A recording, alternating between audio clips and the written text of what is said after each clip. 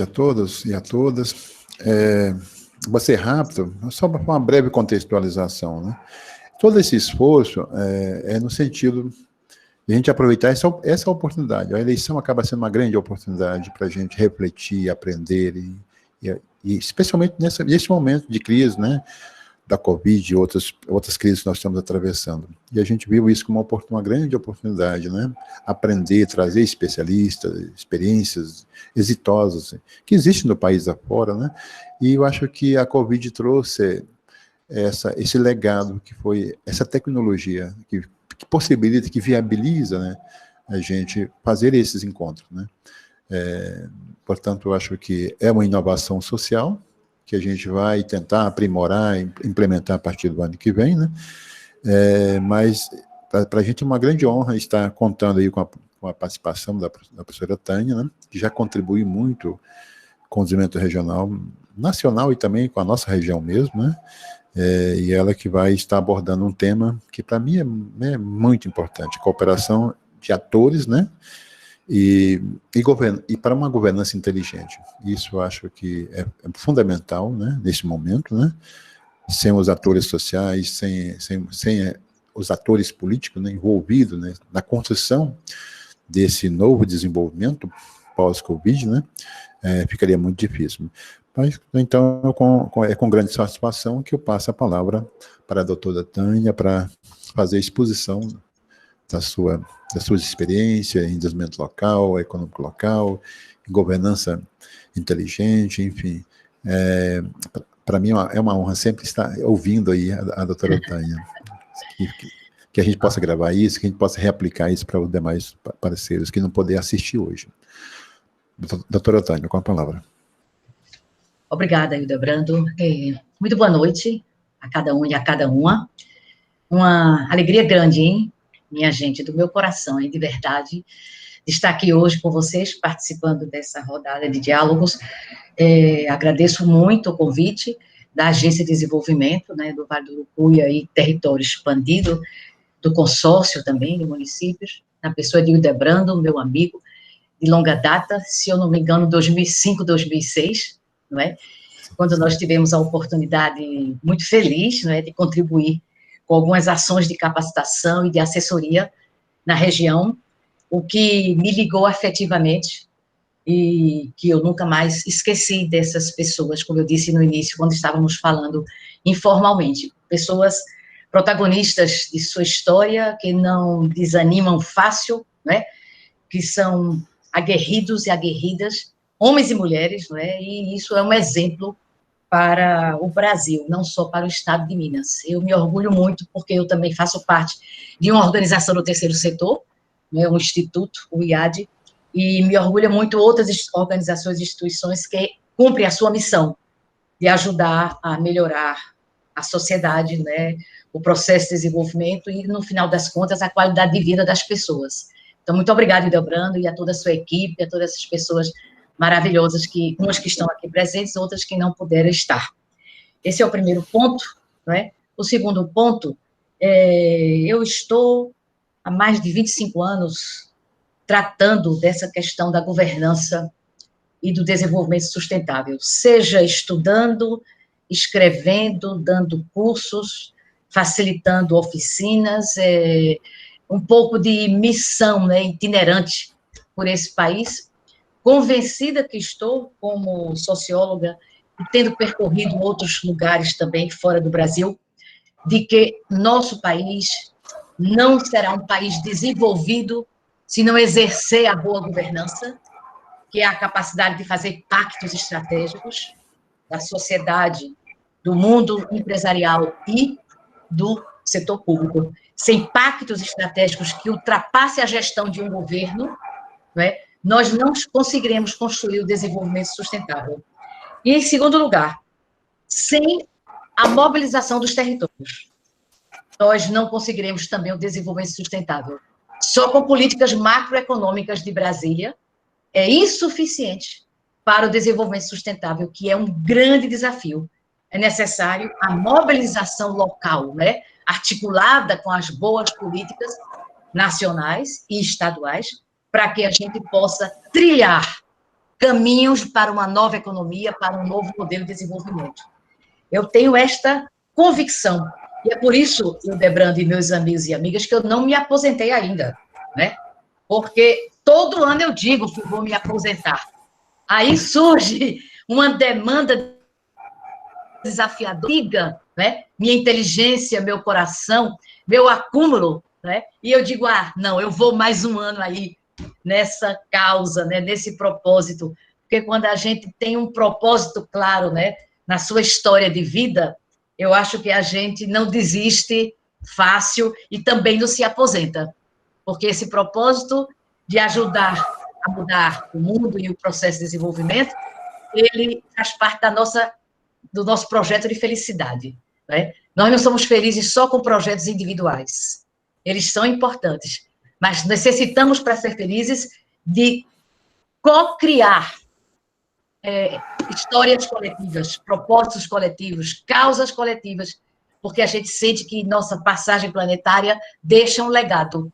Nós não passamos por aqui em vão, mas alguma semente, algum legado, né, de nossa presença aqui fica e depois é cultivado por outras pessoas.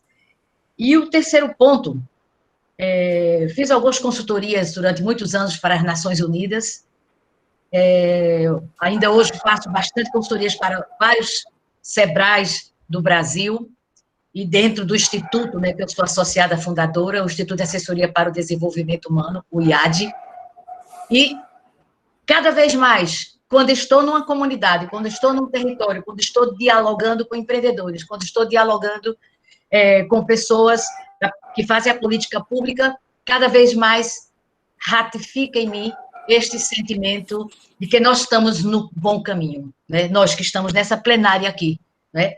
Tanto no sentido de tornar o território protagonista, como no sentido de estarmos nesse diálogo, né? Nessa construção de governança, que é a construção de pactos para o desenvolvimento num outro caminho, não o crescimento, mas o desenvolvimento sustentável. E este é um momento super oportuno da gente tratar esse tema, por conta das eleições e por conta da crise, por conta da pandemia, pós-pandemia.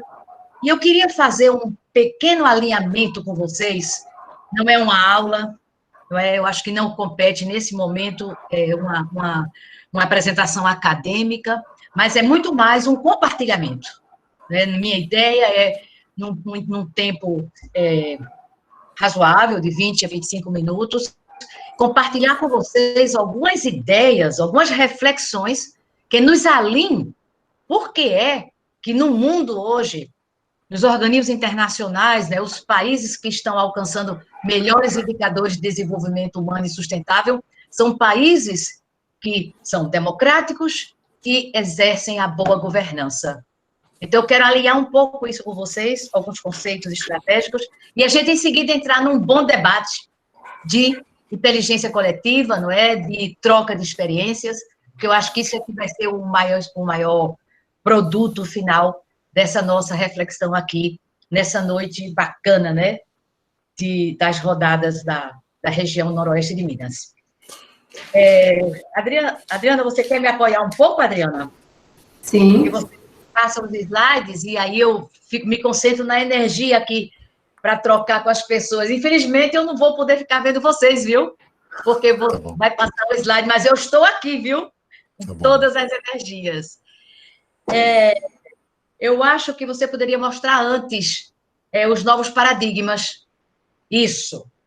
Bem, então, o nosso tema, não é? Cooperação e governança inteligente. Essa é a nova agenda para os agentes públicos no século XXI. Cooperação vem de uma língua morta, o latim. Cooperar significa agir junto. Então, não agir individualmente, agir junto para um objetivo coletivo. Governança, capacidade de fazer pactos com visão de médio e longo prazo, que é o que mais o nosso país precisa, e nossos territórios, não é? E a nova agenda, porque os desafios que estão pela frente exigem que a gente mude nossos modelos mentais, que a gente está chamando, ou melhor, os tecnicistas estão chamando mindset, né?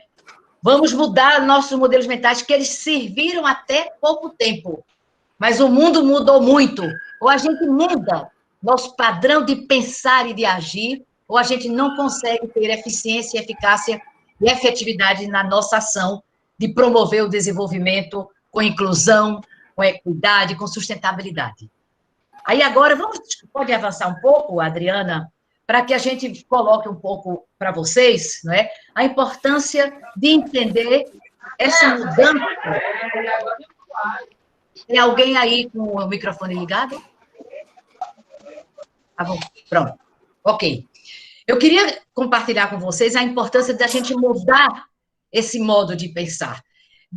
Até um tempo atrás, a gente foi formado para ter uma compreensão das coisas, dos fenômenos, dos problemas, né, de maneira setorial.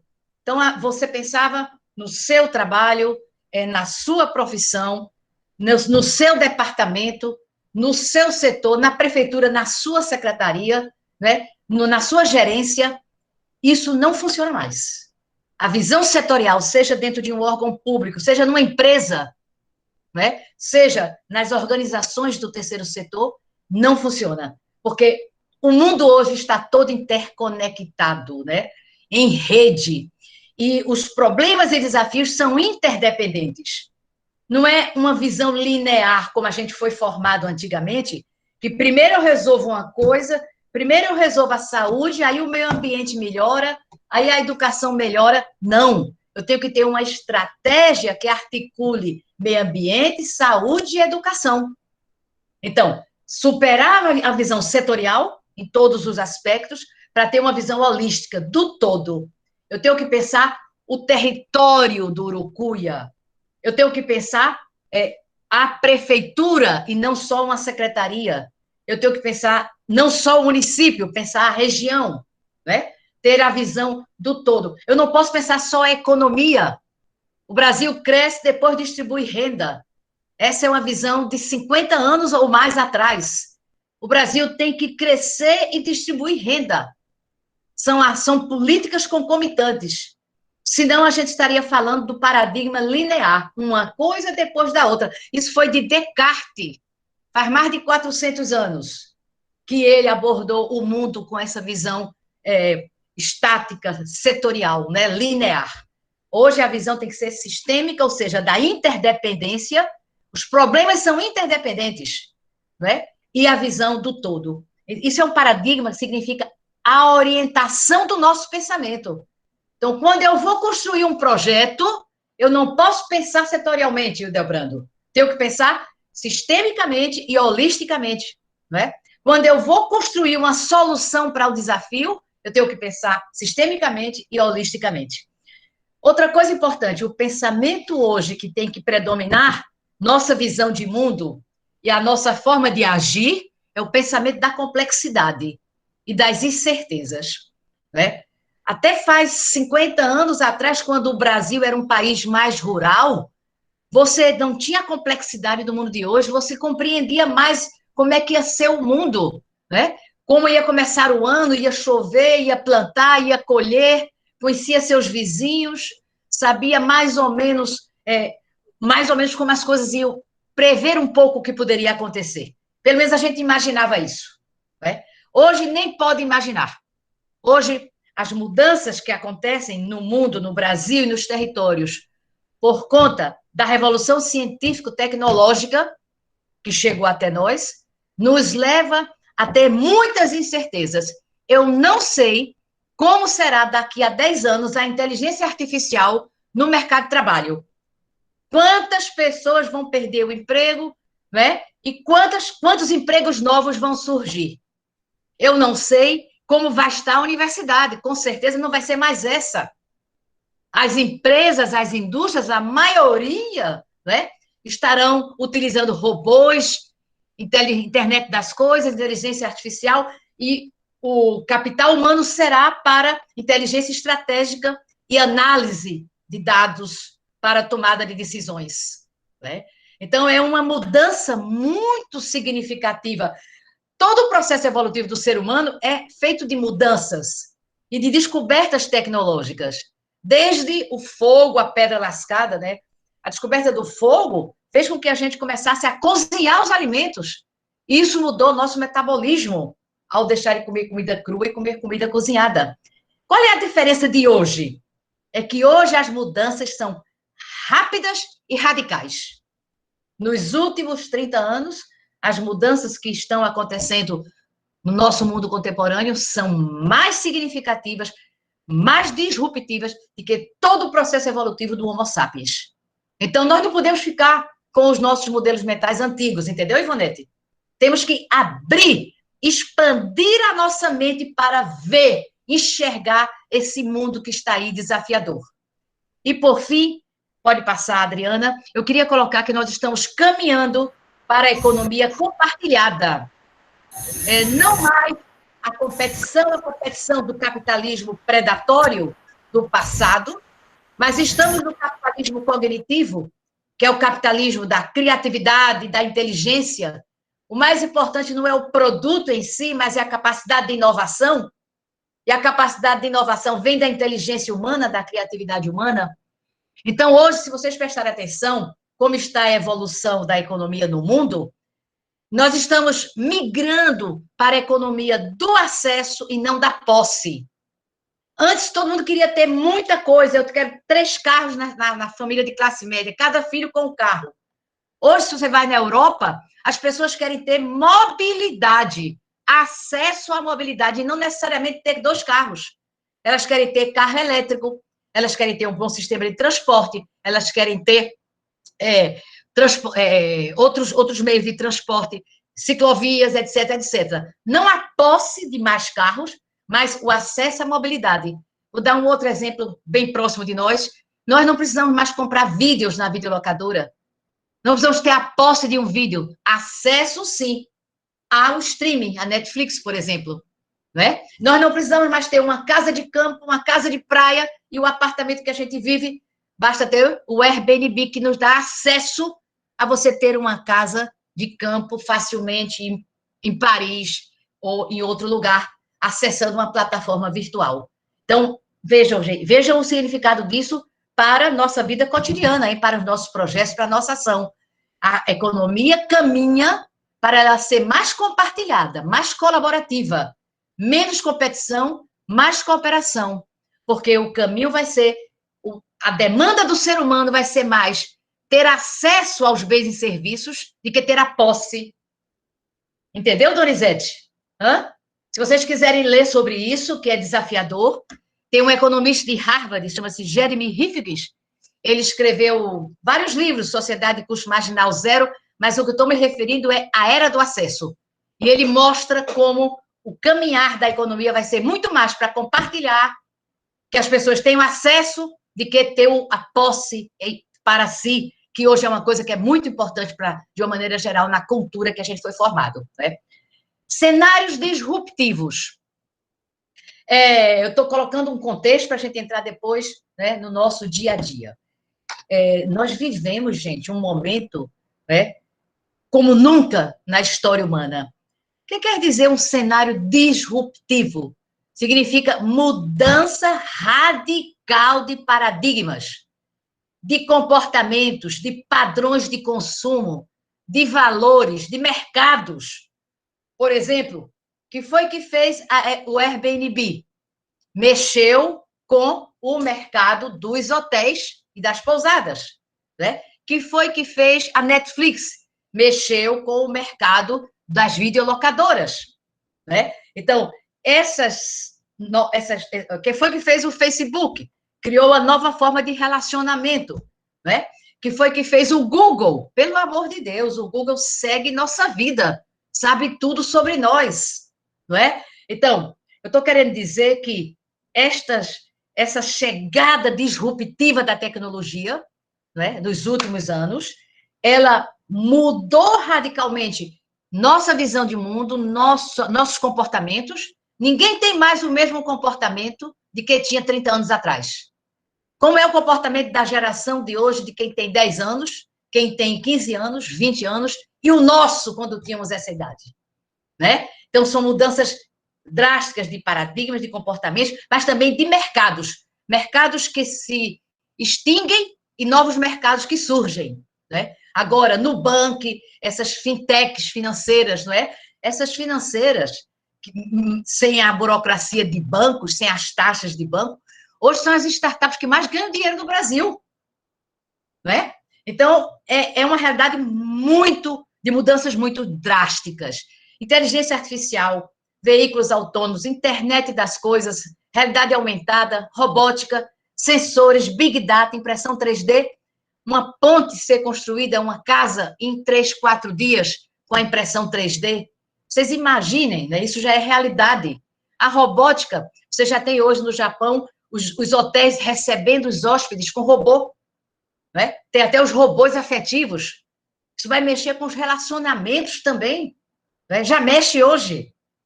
Isso é para mostrar para vocês que nós somos, é o cenário onde acontece a construção de um novo modelo de desenvolvimento que a gente quer.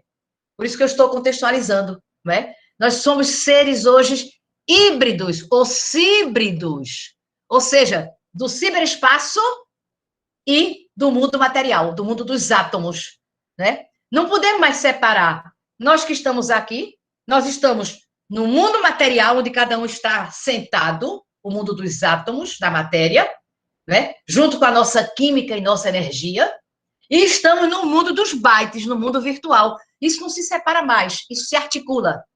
Isso mexe, meus amigos e minhas amigas, com nossas sinapses neuronais. As sinapses que nós fazemos hoje não são iguais às de faz 30 anos.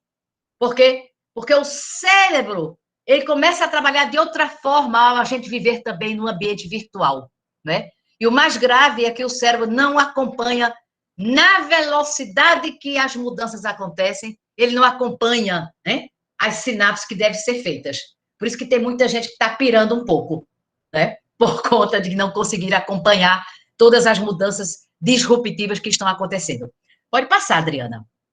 Nesse contexto que eu falei, de novos paradigmas, nova economia compartilhada, abordagem sistêmica, nesse contexto de disrupção, mudança tecnológica, inteligência artificial, surge o nosso desafio, né? A governança, a cooperação e o desenvolvimento sustentável. E aí eu volto para colocar uma coisa super importante, meus amigos e minhas amigas. O território. Vocês têm uma ação territorial no noroeste de Minas, né? Noroeste, não é isso? Noroeste de Minas. Vocês estão fazendo um trabalho de linha de frente. Vocês estão exercendo a cooperação entre os municípios, com o consórcio, com empreendedores e agentes públicos e órgãos de fomento na Agência de Desenvolvimento, com os institutos federais de tecnologia, com a universidade. Então, o território está atuante, está vivo. O território não está reativo, demandante, só fazendo reivindicação. O território são pessoas. Tem gente que pensa que o território é uma delimitação geográfica. Começa aqui, termina ali. Não. O território é um espaço social de pessoas, empreendedores, professores, lideranças sociais, agentes públicos, universidades, não é? Que estão fazendo a história, conscientes ou não. Quando estão organizados, são conscientes que estão fazendo a história. Então, o território é um ator inteligente, não é um espaço onde os prefeitos cheguem para ouvir a demanda, Donizete, e atender. Isso é uma visão do passado. A visão hoje é você co-criar com os atores locais as soluções, os projetos, e não trazer as coisas prontas. Porque se você traz as coisas prontas, depois elas não são cuidadas para a sustentabilidade. Quando você co-cria, quando cria uma agenda pactuada, todos são responsáveis, né? Pela gestão, pela sustentabilidade. Isso em qualquer um aspecto da gestão. Então, eu queria ressaltar aqui, né, que os recursos locais do território, que eu estou chamando endógenos, ou seja, de dentro, não o que vem de fora, né? Ou seja, o capital humano, as pessoas, o capital social, as pessoas organizadas, chama-se capital social.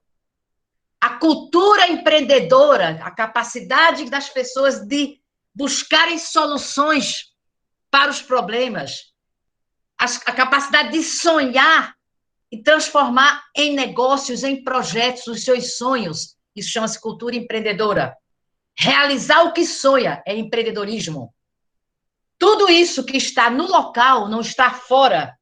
Né? A capacidade de criar, de inovar, de buscar novas soluções, né? De se organizar, de buscar parcerias, de pressionar a política pública, são os recursos locais endógenos, né?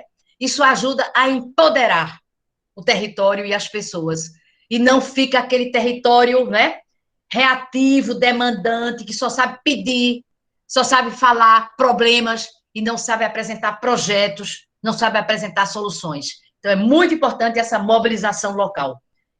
O meio ambiente e a cultura não é um problema para você resolver.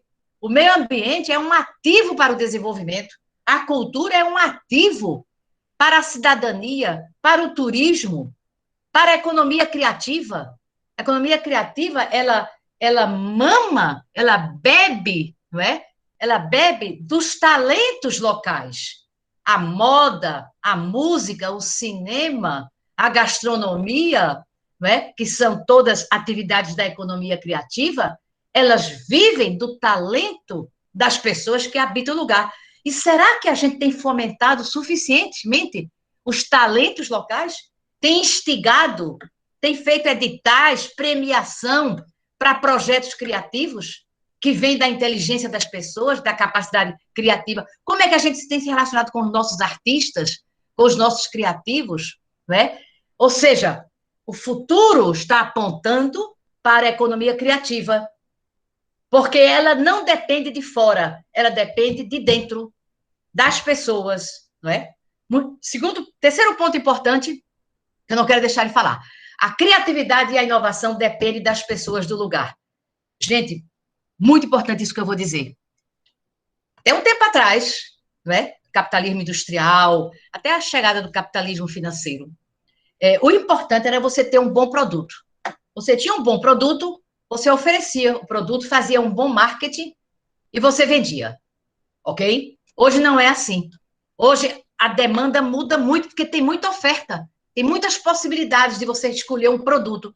Até quando você vai fazer uma viagem, tem muitos destinos para você ir, né? Tem muita informação que você recebe antes de tomar uma opção.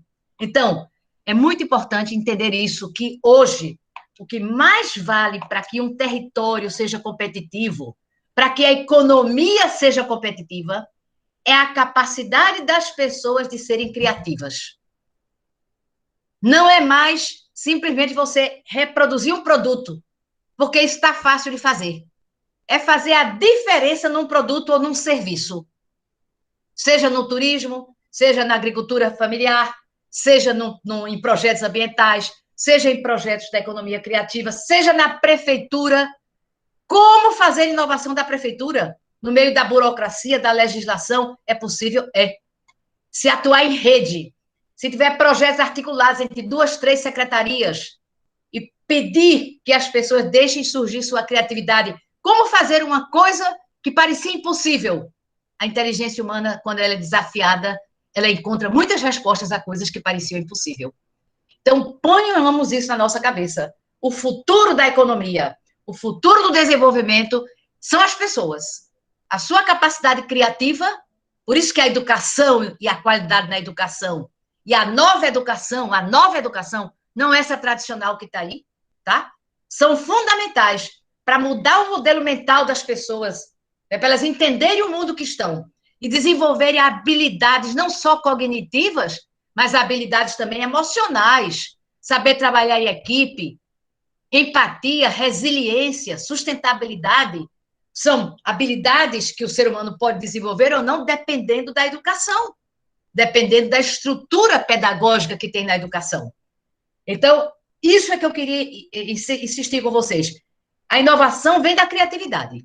A criatividade é a capacidade de inventar uma nova solução para um desafio, um problema humano, uma ideia nova de fazer uma coisa, um produto, um serviço, um projeto, né? E a inovação, quando você aplica a criatividade a um negócio e implementa, então você chama inovação. Tá certo? Ok? Pode passar, Adriana. Eu queria só dizer uma frase que está lá no Cirque du Soleil. Quem já viu o Cirque du Soleil, aquela coisa mais linda, né, de cooperação e harmonia. E tem uma das apresentações, chama-se Alegria, Alegria, e no início começa assim: se você não tiver um sonho, invente-o. Hein, gente boa? Mas vocês têm sonhos, né? Mas quem não tiver um sonho no mundo de hoje, entra em depressão, porque não vai conseguir acompanhar todas as tecnologias, toda a informação que surge, todos os cursos que você poderia fazer, todas as possibilidades de procurar novas alternativas de trabalho. Não tem quem acompanhe. Então, é preciso que você tenha um propósito claro do que você quer fazer com a sua vida, né? E fazer suas escolhas, porque você não pode fazer tudo. Entra numa crise de ansiedade, né? Isso mexe com a felicidade da pessoa, da família, da equipe de trabalho, né? Tem que saber onde queremos chegar, quais são nossos valores, qual é o nosso propósito, quais são os nossos projetos, quais são nossas prioridades, e não enlouquecer, né? Eu queria dizer que ter o sonho ilumina o nosso caminho. Se eu não sonho, eu não tenho o ideal, a vida fica muito prosaica. Prosa é uma coisa dura. O que dá doçura à vida é a poesia. E a poesia vem do sonho, né? E o grande desafio do desenvolvimento é a felicidade das pessoas. Isso é o mais importante, né? Eu queria só dizer uma coisa para vocês. Eu não sei por que tem muita gente que pensa que a gente tem que seguir a economia. O que a economia diz. Eu estou dizendo o contrário, a economia tem que seguir quais são os desafios humanos. Porque a economia foi criada pelo ser humano, é uma disciplina. Nós não podemos ficar reféns de uma narrativa, como é a atual narrativa neoliberal, que foi feita há mais de 50 anos para responder os desafios daquela época. Nós temos que encontrar a narrativa para hoje. Qual é a de hoje? Está aqui nesse slide que vocês estão vendo. A narrativa de hoje é que o discurso e a prática neoliberal não resolveu os problemas da sustentabilidade, da inclusão e da equidade. Nós temos um país com a segunda maior desigualdade do mundo. E eu queria dizer a vocês uma coisa que parte meu coração pelo meio a essas alturas da minha vida, não é? A desigualdade não é uma necessidade da economia. A desigualdade é uma escolha política. Porque tem países que crescem e distribuem renda com boas políticas públicas, com qualidade de educação, saúde, né? Com justiça tributária, com instituições que funcionam sem corrupção. Então, a desigualdade é uma escolha política, não é necessidade econômica. E prejudica o desenvolvimento. Um país muito desigual não é um país competitivo, porque isso gera violência, isso gera caos social, isso gera a droga, o tráfico, a economia ilegal. Nós temos um país com a economia ilegal das maiores do mundo por conta da desigualdade. Então, trabalhar pelo desenvolvimento sustentável, por melhores oportunidades, melhor distribuição de renda, apoio aos micro e pequenos empresários, aos agricultores familiares, né? Trabalhar nessa direção é querer que o nosso país evolua com um projeto de civilização para o século XXI e que não fique, né, com a visão e uma atuação do século XIX, da época da escravidão, porque a gente substituiu uma coisa por outra. Qual é a nova agenda? A nova agenda não é mais seguir o discurso ortodoxo, dogmático do neoliberalismo. Não é, porque não está respondendo. E a economia, o ser humano tem criatividade e inteligência para criar novas teorias. Quantas teorias existem hoje que não existiam no passado? Olha, gente, na ciência, Popper, né, um epistemologista, ele já dizia, toda teoria que não pode ser refutada não é científica. Por quê? Porque a ciência evolui, a economia evolui, a dinâmica social evolui. Eu não posso estar vivendo de teorias de 50 anos atrás. Eu tenho que criar novas para o mundo de hoje.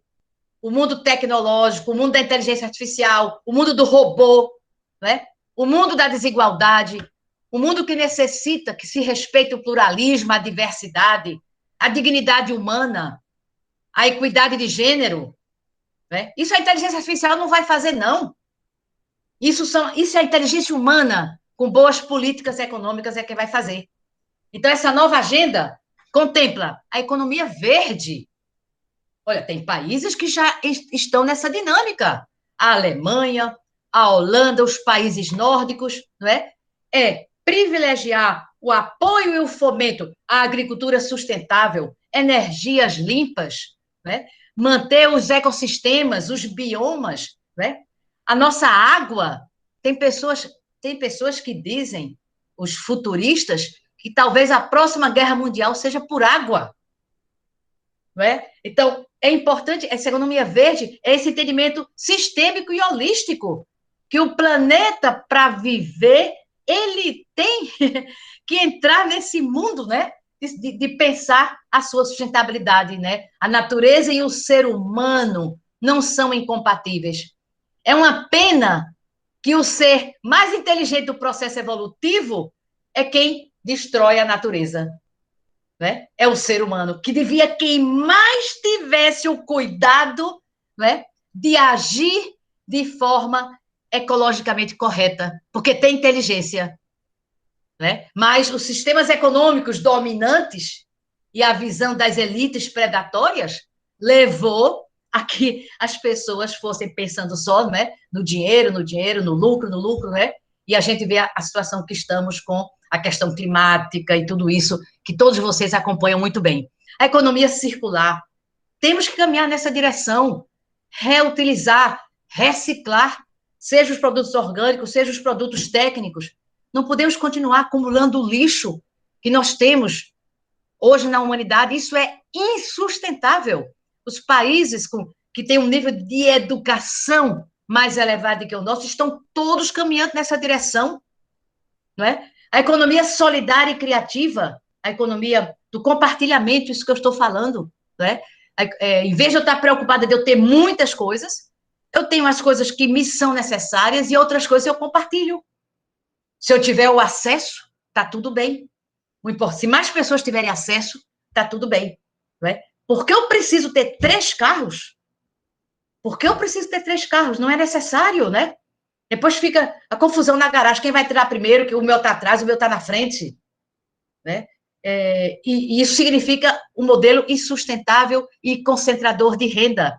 Eu posso ter um carro, né? Eu posso ter outras formas de mobilidade que são mais sustentáveis e que dão mais saúde para a gente, inclusive. Importante para a saúde humana também. Não só pela respiração de um ar melhor, mas pela atitude também de movimento, etc, etc. E quero falar bem rapidamente do Donut, né? A nova proposta da economia da rosca. Não sei se vocês leram. Se vocês quiserem ler o livro, é muito interessante, né? É uma economista, Kate Worth, economista de Oxford, da Inglaterra, portanto, é uma pessoa de um país capitalista, e esse livro saiu agora, está bem quentinho, né? E é muito importante que vocês leiam, vocês todos, os prefeitos, os ex-prefeitos, todas as lideranças da sociedade, os empreendedores, que a tendência do mundo vai ser essa.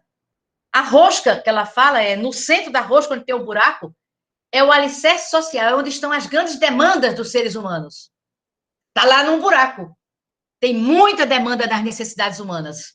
Né? Energia, saneamento, água limpa, ambiente, meio ambiente, cuidado, a voz política, igualdade de gênero, enfim, todas essas necessidades que trazem a felicidade humana, educação, saúde. Né? Na parte externa da rosca, ela coloca como teto ecológico. Não fazer. Aí tem muito déficit. Enquanto na rosca, no meio, tem muita coisa, que são as demandas humanas, no teto ecológico tem muito déficit, né? e a rosquinha mesmo, docinho que a gente gosta de comer, do donut, não é? É o ambiente seguro, onde a gente pode promover o desenvolvimento sustentável, com mais justiça, com mais equidade, com mais sustentabilidade.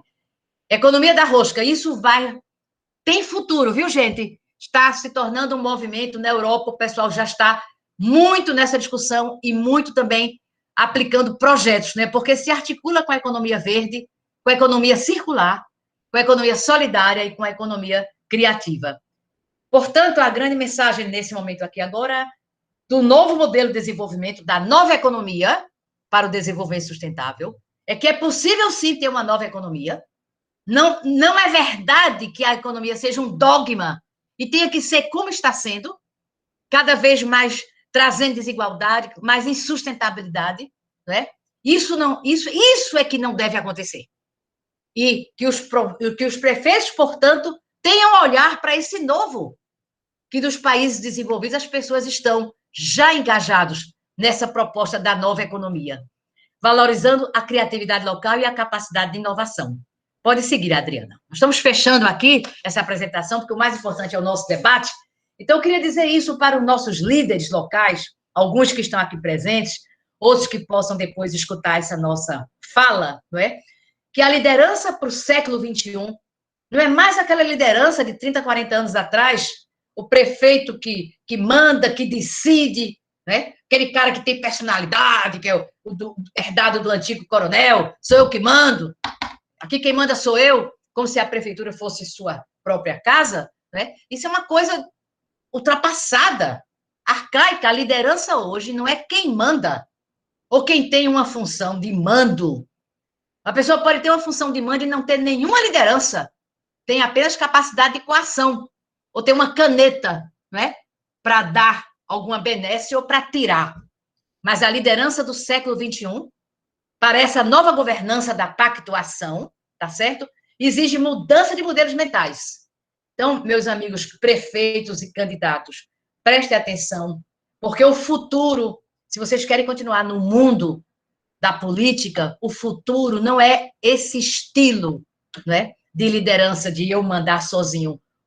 Isso em nenhum país desenvolvido acontece, né? O futuro é líderes com propósito.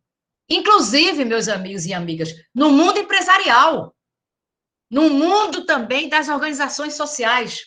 Não é mais um cara que é o dono das coisas, mas líderes que têm um propósito, que têm uma causa coletiva, né? Líderes que são visionários, que veem o futuro 10 anos na frente e que acredita que é possível construir um caminho diferente. Mas líderes que fazem acontecer, não fazem só falar, né? Líderes que atuam com planejamento, com prioridades, com criatividade, traz solução nova, não traz sempre a mesma resposta para um problema. As pessoas ficam cansadas, não se engajam, porque não vem uma solução sustentável. Temos que ter líderes que criem o novo, que se reinventem, junto com a comunidade, o processo de cocriação, não é? Fazer redes de empreendedores, redes de consumidores, redes de produtores, redes de organizações sociais, não é? Redes de prefeituras, redes de parcerias. Esse é o futuro, estarmos juntos, cooperando, porque o desafio é grande. Isso não é questão ideológica, não, gente. Isso é questão de inteligência. Se eu quero superar um grande desafio, eu não posso fazer sozinho mais no mundo de hoje, porque o mundo de hoje é complexo e tem muitas possibilidades. Então, eu tenho que ter uma inteligência coletiva para poder ter uma resposta mais eficaz, mais efetiva. Não fico fazendo coisinha e não resolvo os problemas, não é? O território tem que ter essa ambiência de empreendedorismo, de busca de soluções, né? Isso depende muito da liderança do prefeito, da liderança da universidade, né? Da liderança de um empresário que seja referência na região. E vamos continuar rapidinho aqui, porque daqui a pouco eu estou terminando e não estou, né? Eu vou me entusiasmando, gente, me perdoe, viu? Tá muito chato, tá? Posso continuar? Tá ótimo. Pode continuar. Vamos lá. Século XXI, qual é o radar? Para onde a gente tem que apontar o radar? Gente, por favor, superar as práticas atrasadas do clientelismo, do individualismo. Isso É do século XIX, a gente trouxe para o século XX. Não pode trazer para o século XXI. Eu digo a vocês, como socióloga, como consultora das Nações Unidas, como consultora do IAD, né? Como consultora de vários SEBRAs do Brasil, eu digo isso no Brasil todo. Eu quero dizer uma coisa para vocês. O Brasil nunca vai entrar no século XXI. Nunca, se continuar com essa cultura política atrasada do século XIX. Enquanto a política do Brasil foi essa política de clientelismo, de trocar favores por voto, enquanto a gente não trabalhar a partir de projetos e pactos, pensando mais do que uma gestão, nós seremos país subdesenvolvido. Eu sinto muito dizer isso a vocês, porque eu sou brasileira. Eu habito uma cidade, eu habito um território, eu ando muito por esse país como uma missionária itinerante, né? Das causas e propósitos que eu tenho lutado toda a minha vida. E vocês também, com certeza, né, se alinham nessa direção. Eu queria dizer a vocês que o futuro não é isso. Isso vai ser ultrapassado mais breve do que a gente imagina por causa da tecnologia. Quem não mudar, vai mudar por causa da tecnologia. É feita a pandemia, que fez muita coisa mudar, a saúde com teleatendimento, né, nossas reuniões virtuais. Muita gente que dizia, eu não entendo disso. Pois tem que entender, senão morre. Não é? Então, o futuro é acabar com essa cultura política do atraso, para o Brasil olhar o seu futuro, porque a gente vive uma cultura política do tempo dos coronéis. E não é possível isso do século XXI. Estou batendo aqui no meu birô, não é? Para dizer que isso não é mais possível. Não é?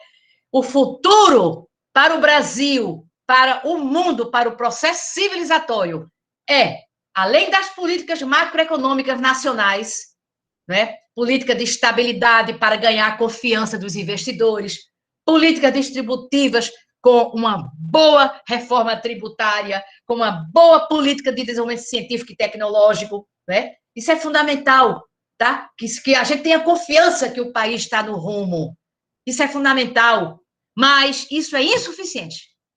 Temos que ter os empresários, as lideranças locais, o território envolvido com projetos, com inovação, mostrando que é possível fazer diferente, que as grandes coisas começam com pequenas sementes que a gente planta. Então, se você fica pensando numa grande mudança e você se vê um pouco impotente para isso, você fica achando que não pode fazer nada. Pode sim, porque o Facebook e Google começaram numa garagem lá na Califórnia. E são a potência que são hoje 1000 vezes mais rentáveis e maiores empresas do que as grandes empresas automobilísticas do mundo, né? De que a Ford, de que a Volkswagen, de que a Chevrolet. Essas estão muito para trás em relação às empresas, às grandes empresas de tecnologia, em pouquíssimo tempo, não é? Então, o futuro é esse, o território organizado, protagonista, levando projetos, implementando inovação, fazendo a economia verde com projetos acontecerem, a economia circular, a economia donut, né? Preocupados com a equidade, superar a desigualdade, né? Valorizar a cultura, os criativos locais, projetos ambientais sustentáveis, os órgãos de fomento articulados com uma prateleira de oferta, né? Pactuado com os empreendedores. Inovação, gente, inovação. Conectividade, território desconectado está fora do mundo. Todos os municípios têm que estar conectados, as pessoas têm que estar conectadas. Eu fiz uma visita à Coreia do Sul faz uns 8 anos. Uma amiga minha das Nações Unidas estava lá como embaixatriz e me convidou. Eu fiquei impressionada. Todo o país conectado, inclusive na área rural. Todo o país. Free. Não é? A gente pergunta por que a Coreia do Sul é essa potência? Porque foi educação e tecnologia. E pactos de governança fortes que foram realizados lá. Porque em 1950 e pouco, eu dava aula na Universidade de Sociologia, os indicadores da Coreia do Sul eram iguais ao Brasil. Indicadores de analfabetismo, indicadores de esperança de vida ao nascer. E hoje é igual ao Japão. Nesses 50 anos, o Brasil pouco evoluiu na questão dos indicadores sociais, né? Em alguns fomos para trás, né? E, portanto, olha, nenhum prefeito aceite que seu município não esteja conectado, inclusive no mundo rural, hein? Porque o cidadão hoje que não é cidadão digital não é cidadão. Não existe cidadania sem cidadania digital. Isso é uma prioridade do século XXI, não é? Pode ir adiante, Adriana, por gentileza. Agora sim eu vou fechar. Toda vez que eu fecho. Agora sim, vou, rapidamente, hein? Futuro, governança compartilhada, quer dizer, capacidade de fazer pactos e agendas de médio e longo prazo. Não pensar só 6 meses na frente. Prefeito eleito, líder, visionário, que tem propósito, liderança inspiradora, se senta na mesa com as lideranças locais, com a universidade, com empreendedores de referência e diz quais são os projetos aglutinadores que nos unem, apesar das diferenças da hora da eleição. Na economia, na cultura, no meio ambiente, na educação, na infraestrutura. O que é que nos une? Escolhe 1, 2 projetos de cada área e vamos todo mundo correr atrás. Mas se a gente fica brigando, discutindo, né? Briga política, a política menor segue depois da eleição. Não há futuro para os territórios. Se a gente não tem líderes do século XXI, não é? O novo papel dos prefeitos, portanto, é atuar por projetos e pactos, né? Pensando não só a sua gestão, mas pensando pelo menos 5 anos na frente, para não pensar só na sua reeleição. Né? Se ele for isso, ele será reeleito. Né? Sobretudo com as mudanças culturais que vão acontecer com o envolvimento da tecnologia e da informação na vida das pessoas. E aí, agora, para fechar, se não, Adriana, você bata o martelo aí, viu? Veja se eu acho que tem mais 1 ou 2, mas eu vou fechando. Vai, pode passar, Adriana. Porque eu vou me entusiasmando aqui, eu fico vendo aqui essas cabecinhas dizendo assim, aí eu digo, eles estão alinhados, então vamos seguir. O que não se digitaliza? Isso aí, gente, olha, vamos botar a mão agora no nosso coração, porque a inteligência artificial vai fazer muita coisa, já faz. Ela vai fazer muito mais coisas melhor do que nós. Muito mais. Nas empresas, nas organizações, no setor público, a capacidade de processamento, né? E de encaminhar soluções rapidamente é e será muito maior do que a nossa. Não podemos competir. Jogo de xadrez, quem ganhou foi o computador do Google, né? Do campeão mundial de xadrez do mundo. O Google ganhou, o robô do Google ganhou. Né? Então, tem que discutir a inteligência artificial cognitiva de processamento de informação e de análise para chegar e dar um encaminhamento, uma solução maior do que a nossa. Agora, o que é que não se digitaliza, gente? O que é que a inteligência artificial não tem, o robô não tem? E por isso o ser humano continua a ser a centralidade do desenvolvimento e do processo civilizatório. Emoção humana. Isso a inteligência artificial nunca vai ter. A criatividade, que é a capacidade de pensar algo sem nunca ter visto. Criatividade é isso. O animal não tem criatividade. Porque o animal, mesmo um cachorro que tem um certo grau de inteligência, ele não é capaz de imaginar uma coisa que ele nunca viu. E o ser humano, sim. Por isso que é o único que tem criatividade. Imaginar algo que ele nunca viu antes. Isso é criatividade. Né? Compaixão. Quem tem compaixão? Qual é o robô que tem compaixão? Intuição. Aquele feeling que vem de dentro da nossa alma. Vou fazer isso. Né? É humano isso. Vou dar essa solução. Você pensou, não conseguiu encontrar solução para aquele desafio. Foi no espelho botar um batom, fazer a barba, veio aquela intuição. Aí você vai, compartilha, aquilo acontece e dá super certo. A intuição é a consciência humana. Né? Nossa capacidade, né, de sermos conscientes de quem somos. Isso também é humano. O animal não tem consciência de quem ele é. A empatia e a ética, a inteligência artificial não terá nunca capacidade de se colocar no lugar do outro. Né? Normas de convivência, respeito, a consciência, né, da existência e valores e amor. Isso nunca terá na inteligência artificial. Mesmo quando tiver o computador quântico, que já está em desenvolvimento, que terá uma velocidade e uma capacidade mais de 1000 vezes acima do computador atual. Vamos nos preparar para isso também. Mas não terá nada disso que está colocando aqui, que são atributos intrínsecos à espiritualidade humana. Né? E aí, agora sim, termina com esse próximo, para a gente abrir o debate, né? Porque dinheiro não tem ideia, gente. Lembra, Hildebrando, Irene, quantas vezes falamos isso, né? Quando você faz um diagnóstico de uma comunidade, todo mundo falta isso, falta isso, falta isso, falta isso. Não tem dinheiro. Mas as pessoas, às vezes, não têm nem ideia do que fariam se tivesse o dinheiro. Ou fariam uma coisa repetitiva que não resolveu o problema. Então, o mais importante é saber, o dinheiro é importante quando tem boas ideias. Ideias inovadoras que trazem reinvenção à solução de um problema desafiador. Né? Ideias que se transformam em projetos que exigem capacidade de gestão. Aí tem que ter o dinheiro. Mas não é dinheiro em primeiro lugar. Dinheiro, sem saber o que fazer, sem capacidade de gestão, ele vai para o ralo. Eu já andei muito no Brasil, vi muitos projetos que foram para o ralo. Porque, primeiro, não tinham sido pactuados. Segundo, não tinha capacidade de gestão. Então, o dinheiro é importante? Claro que sim.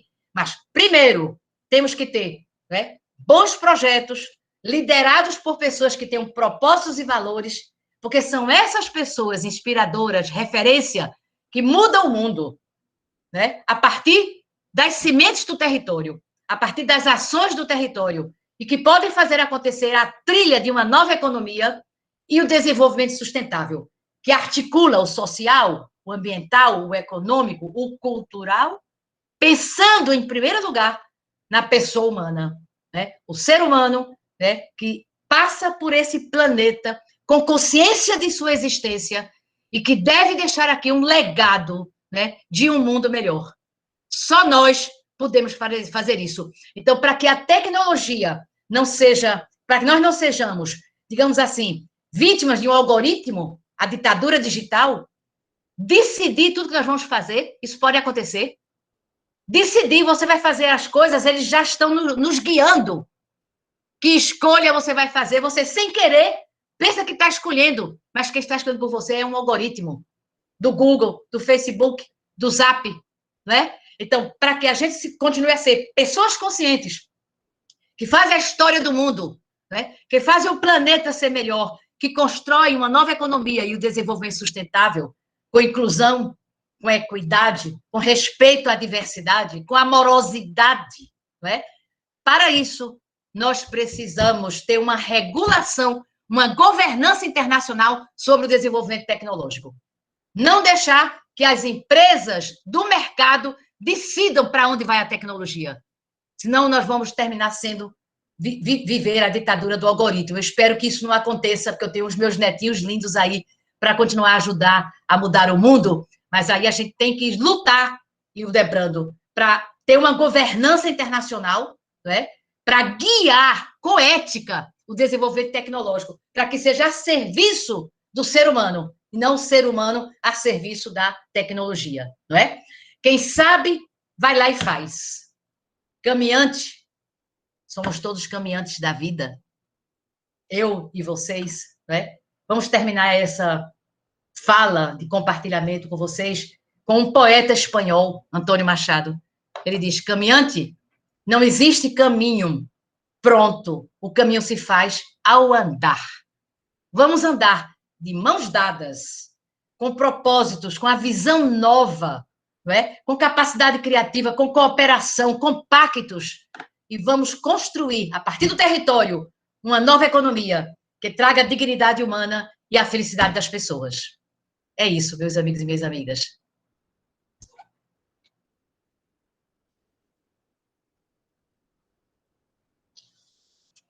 Pronto, agora eu estou mais feliz vendo vocês. Magnífico, muito bom, Tânia, muito bom mesmo. Agora vamos às perguntas, né? Eu acho que vamos debater, vamos, esse é o melhor. Debater, eu acho que é isso. Desculpa se eu falei um pouco mais, que eu me entusiasmo um pouco, porque acredito muito no que eu estou falando, aí eu falo também com minha alma, né? Parece que eu estou falando com minha alma também, não é só com a cabeça. Vamos debater, dialogar, né? Isso que é interessante, vamos lá. Eu deixo aí para os outros iniciarem. Tomar um golinho d'água. Posso falar, Hildebrando? Ok, com você. Vamos lá, Dornelas. Excelente colocação da Tânia, não conhecia. Como diz assim, a gente fica encantado com tanta sabedoria, tá? E no que você mencionou a Coreia do Sul, eu tive a curiosidade de buscar a população da Coreia do Sul Eu encontrei aqui que em 1960 ela tinha 25 milhões de habitantes, e hoje ela tem 51. É, isso aí. O Japão, né, em 1960, ele tinha 90, deixa eu olhar aqui, 90 milhões de habitantes, e hoje tem 126. E o Brasil tinha 70 e hoje é 200 milhões. Ou seja, eles diminuíram o problema e nós multiplicamos. O que a senhora pode falar sobre isso? Vamos juntar umas 2 ou 3 perguntas, não é? Sim, é bom. Está querendo que eu compare a questão populacional? É isso? Porque o desafio é maior. Onde nós erramos e onde eles acertaram, né? Ah, tá. Sim. Outra contribuição?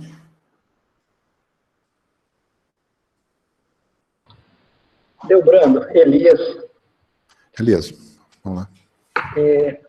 Antes de fazer a minha questão, eu queria apenas assim, agradecer mesmo a professora Tânia por essa aula que tivemos aqui hoje.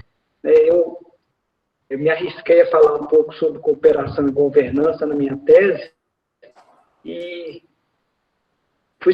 não fui surpreendido por saber da capacidade da professora Tânia, mas realmente fiquei emocionado, vi ela resgatando aí conceitos importantes da visão sistêmica, do pensamento sistêmico, né? E como o colega colocou aí, desde 1970 a gente vem nessa transformação do nível exponencial e agora já na era cognitiva, que é centralizada para distribuir, que a professora Tânia discorreu muito bem, né? As redes distribuídas, passando pela 4ª revolução, e deixando muito claro para nós que nós só passaremos por essa transição em equipe, né? Em parcerias, com aquele altruísmo do Conte. E eu acho que a professora Tânia, tanto a nível global como nacional, discorreu de forma assim, magnífica, que nos fez realmente refletir. E aí a minha questão, compartilhando com o colega também que me antecedeu, era só dizer para a professora Tânia que eu imagino, eu tenho essa percepção que na nossa região, aqui na região noroeste, do Rio Urucuia, tanto as instituições de ensino quanto o setor público está bem organizado. O terceiro setor também está bem organizado, mas eu percebo ainda uma ausência da iniciativa privada no debate regional, no debate do desenvolvimento regional. Quais os caminhos podemos trilhar para que consigamos atrair a iniciativa privada para falar conosco desse movimento? O Delbrando sabe, já tem mais de 30 anos, e o Delbrando é uma dessas pessoas que faz a diferença no nosso território, mas eu acredito que nós ainda temos esse gargalo para superar, que é conquistar a iniciativa privada conosco desse movimento. Muito obrigado, professora Tânia, muito obrigado a todos que estão presentes. Mais outra contribuição aí? Deixa eu responder a essas 2 aqui, o Delbrando, se você me permite. Tá ótimo. E aí depois o pessoal vai pensando se quer. As pessoas também podem, em vez de perguntar, fazerem comentários adicionais, né, ao que foi colocado. Meu amigo Alteg, não é? A gente te chama assim, ou você tem um apelido mais fácil? É Alteg, tá bom. Beleza. Na minha visão, o que nós mais falhamos se a gente tivesse 150 milhões de habitantes, ou 120 ou 200, a nossa grande falha é a questão da educação, né? E o grande acerto dos países asiáticos está sendo a educação, né? A educação juntando com o desenvolvimento científico e tecnológico, né? Você ter boas universidades articuladas com o território, né? Universidades que respondem aos desafios do território. Você tem no Brasil poucas universidades que eu chamaria comunitárias, que estão envolvidas, de fato, com o desenvolvimento econômico, social e ambiental do território, né? A maioria das universidades brasileiras ainda estão também no século passado, encasteladas. Minha origem é a universidade, né? Então eu falo de uma maneira muito tranquila, né? Digamos assim, estou falando também do meu passado, né? Mas, assim, eu sinto muito dizer, mas muitos colegas meus e colegas querem se aposentar às vezes. Um amigo meu de Brasília, por exemplo, que tem doutorado em Grenoble, a maior felicidade dele foi se aposentar, porque a universidade é completamente defasada dos compromissos com a sociedade, não atua para co-criar inovação, né? Para reinventar as alternativas para o desenvolvimento sustentável. O pessoal fica nas disputas corporativas, né, dentro dos feudos departamentais. Então, tem muito saber dentro da universidade, né, muito doutorado, muita tese, mas, infelizmente, ainda não tem esse engajamento, né, com o perfil do território local, né, o engajamento mesmo, criar junto, fazer junto, né, desenvolver incubadoras, se comprometer, fazer editais, fazer premiação, né? Eu acho que isso é que tinha que fazer os jovens, sim, eu me esqueci de falar. Temos que trazer os jovens para esse movimento, né? Muitos jovens estão completamente envolvidos com a dependência tecnológica, né? O tempo inteiro no celular, o tempo inteiro no WhatsApp, o tempo inteiro nas redes, e isso traz um prejuízo emocional e psicológico aos adolescentes, as crianças nem se fala, né? Mas eu estou me referindo aos jovens, porque o que mudou muito minha vida foi com 15 anos eu encontrei meu propósito de vida. Eu participava de projetos sociais na pastoral do meu bairro e eu descobri, né, que eu tinha que ajudar a mudar o mundo, que o mundo fosse melhor, que não era possível conviver com tanta pobreza e desigualdade, né? E que eu tinha tido acesso a uma educação de qualidade, um colégio bom, e porque tanta gente não tinha, então eu pensava, vamos nos organizar para criar projetos que ajudem a esse mundo ser melhor. Isso me fez muito feliz, de toda a minha vida eu ter participado de alguma forma, né, para que a gente pudesse ter uma sociedade melhor. E eu acho que os jovens de hoje não têm causas, né? Eles estão muito nessa história, né, da tecnologia, de fazer as coisas de imediato, né? Um dia desse eu fui para um restaurante, antes da pandemia, e eu e meu filho, e numa mesa de junto tinha um casal e um adolescente de 13 anos. Nós ficamos 2 horas lá. Este casal que estava do meu lado não trocaram uma palavra. Ela olhando o celular, o marido tomando uísque sozinho e de vez em quando olhava o celular, mas ela olhando o celular, e o menino num tablet. Para que eles foram para o restaurante? Não trocaram uma palavra. Tem gente dentro de casa que se fala pelo Zap, na mesma casa, no mesmo apartamento, não é? Aí eu fico pensando assim, qual é a causa mobilizadora para os nossos jovens? Eles vão ficar à mercê da ditadura de um algoritmo? Sem visão crítica? Sem pensar nessa regulação internacional que eu falei? Acha que é normal isso, que é natural? Porque já, como são millennials e a geração Z, né, eles já nascem com um mindset digital, diferente, por exemplo, da minha geração, que eu sou uma migrante, enxerida, né, para o mundo digital. Mas eu gosto de interagir com a tecnologia, eu quero ficar para trás, não. Eu só não quero que ela me domine, né?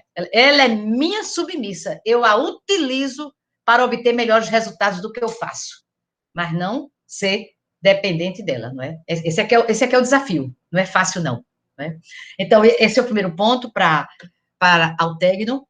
E para o meu outro amigo que falou, quem foi? Quem foi que fez a outra pergunta? Elias. Professor Elias. Então, sobre a questão da iniciativa privada, eu só queria concluir que para você trazer os jovens, você tem que atuar fortemente na cultura e na economia criativa. Trazer projetos, fazer incubadora para que os jovens, com o Instituto Federal, com a universidade, né, a própria prefeitura, para que os jovens possam apresentar projetos aos desafios locais, desafios na questão ambiental, na questão social, na questão de projetos, como trazer o jovem para ele se envolver numa causa coletiva, desenvolvendo atividades da economia criativa, vídeo, cinema, moda, gastronomia, cultura, música, não é? Meio ambiente, comunicação, tudo isso que é da economia criativa atrai os jovens. Então, é preciso ter uma política para isso, gente. Hoje você quer fazer uma renovação na agência de desenvolvimento, vocês assim, cadê os jovens? Eles estão interessados em quê? Então, a gente tem que exercer a empatia, a capacidade de se colocar no lugar do outro. Eu não posso querer que o jovem chegue até o que eu quero. Eu tenho que entrar no mindset dele para ver o que é que o mobiliza, para poder eu apresentar, né? Ter empatia com o momento do jovem, que não é igual ao nosso. Entendeu, Donizete? Para trazê-lo para causas, para trazê-lo para o processo de desenvolvimento, para trazê-los para uma nova economia. E isso é possível. Isso é possível se a gente tiver numa rede de cocriação. Como montar alguns projetos para jovens na região, via economia criativa, que os tragam para causas coletivas, para se inserir em movimentos, e também coisas que virem negócios depois também. Pode entrar num movimento como uma ação social comunitária, e depois isso pode virar um negócio. Não é? Eu ia passar um filmezinho para vocês, mas eu vi que não tinha tempo. Mas tem um filmezinho que vocês podem procurar no YouTube, de uma escola de inglês lá de São Paulo. Eles fizeram o seguinte, olha que coisa legal, super simples. Olha o que é inovação. Inovação é aplicar a criatividade ao mundo do negócio, tá? Essa escola de inglês, os jovens da escola queriam praticar inglês com pessoas de língua inglesa de origem. Eles se conectaram com uma casa, um abrigo, uma casa de repouso dos Estados Unidos, tá? E conectaram um programa dos jovens da escola de inglês com os idosos dessa casa de repouso. Então, 3 vezes na semana, eles se conectam numa plataforma e praticam inglês, né? As senhoras e os senhores nativos, né, da língua inglesa praticam conversação com os jovens, né? E os jovens realizam o que eles queriam, conversar com pessoas que fossem nativos da língua inglesa. Isso, gente, gerou um resultado fantástico. Os jovens começaram a se desenrolar mais na conversação com pessoas de língua inglesa. Os idosos começaram a melhorar a autoestima, se sentiram úteis, porque não estavam dando aula para os jovens do Brasil, né? Desenvolveram amizade entre eles. Já teve caso que foram visitar. O idoso que veio visitar jovem no Brasil e o jovem do Brasil que foi ficar um tempo lá na casa dos idosos. Viram que inovação? Inovação é isso. É você buscar algo diferente para um produto, para um serviço, para uma ação social. Isso é inovar, né? Mas para você inovar tem que ser empático. Tem que se colocar no lugar do outro para ver qual é a necessidade que o outro tem. Entendeu? Aí quando você se coloca no lugar do outro, no lugar do cliente, no lugar do consumidor, no lugar do jovem, e faz a jornada do cliente, a jornada do consumidor, a jornada do jovem, aí você pode criar projetos que atendam aos interesses dessas pessoas, se você entrar no mundo deles, não é? Aí, Elias, para aproveitar e responder sua pergunta com a empatia, não é? Temos que fazer uma jornada dos empresários. Como é que o empresário se vê no território? Não é? Talvez ele nem se veja no território, talvez ele veja a empresa dele e as coisas acontecendo no entorno dele. Ele não se vê como um ator que faz o território. Então, é preciso que a gente exerça a empatia, escolher, assim, umas 4 ou 5 lideranças empresariais e fazer uma oficina de desenvolvimento da empatia para descobrir, né, quais são as dores, os incômodos que o território tem, que o empresário tem, como é que a comunidade vê o empresário, como é que o empresário vê a comunidade, quais são as soluções que o empresário quer contribuir para o território, porque um território que é organizado é bom para as empresas, não é? A gente fala em economia hoje em dia que a competitividade é sistêmica. Antigamente, a competitividade era da empresa, agora não. Ela é também do território, também do país.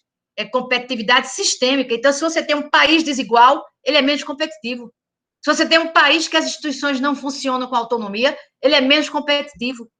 Se você tem um território que os empresários não se envolvem com os problemas locais, esse território é menos competitivo. E, ao contrário, se os empresários estão engajados pela sustentabilidade, pela equidade, pela qualidade de vida, é um ambiente melhor para os negócios do empresário. Não é? Antigamente, não. Antigamente, a história era explorar, degradar o meio ambiente, pagar pouco. Era a visão antiga de competitividade. A de hoje, não. Que a competitividade de hoje depende do ser humano, da criatividade e da inovação. Então, quanto mais qualidade de vida tiver o ser humano, mais competitividade. Concorda, Elias? Não é? Deixa esse desafio para vocês, viu? Encontrarem num workshop, num debate, posso até ajudar vocês nisso, né? A encontrar, né, um caminho de envolvimento com o empresariado local. É só a gente ter paciência para exercer a empatia, né? Estar no lugar dele. Isso é muito difícil, sabe, gente? Isso é um processo de crescimento humano, a gente desenvolver essas habilidades, né? A resiliência, a empatia, a compaixão, né? Isso é o desenvolvimento da nossa espiritualidade, que não tem a ver com religião. É o nosso autoconhecimento, né? O nosso desenvolvimento humano. Respondi, Elias? Mais ou menos, né? Bem, professora Tânia. Entendido e com certeza iremos praticar. Ah, que bom. Que bom, fico muito feliz. Ok. Não estou te ouvindo, Ideobrando. Tá sem microfone. Ah, sim. Agora. Às vezes eu esqueço. Estou falando assim, outras contribuições. Vamos aproveitar ao máximo a presença da professora Tânia, para que a gente possa implementar nossos desejos, as nossas ações, essas vontades coletivas, né? Vou ousar aí, viu, Debrando? Nossa, eu tenho certeza que ela bebeu da água daqueles jovens lá do filme Sociedade dos Poetas Mortos, não tenho dúvida. Filme lindo, inesquecível. Só faltou subir no birô aqui, Ivonete. Eu imaginei. Eu estava querendo saber a receita da vitalidade, Ivonete. Então é essa. Ter um propósito, ter um propósito. Ótimo, Donizete. Que bom que você fez essa pergunta, que eu acho que a dúvida, a vontade de saber é unânime, viu? Quando eu crescer, eu quero ser assim, viu, professora? Não tenho dúvidas. Oi, Ivonete. Gratidão. Tem se falado muito, né, professora, nos últimos tempos, tinha os 10 objetivos do milênio, agora nós temos os 17 objetivos do desenvolvimento sustentável, dentre eles nós temos a educação, né?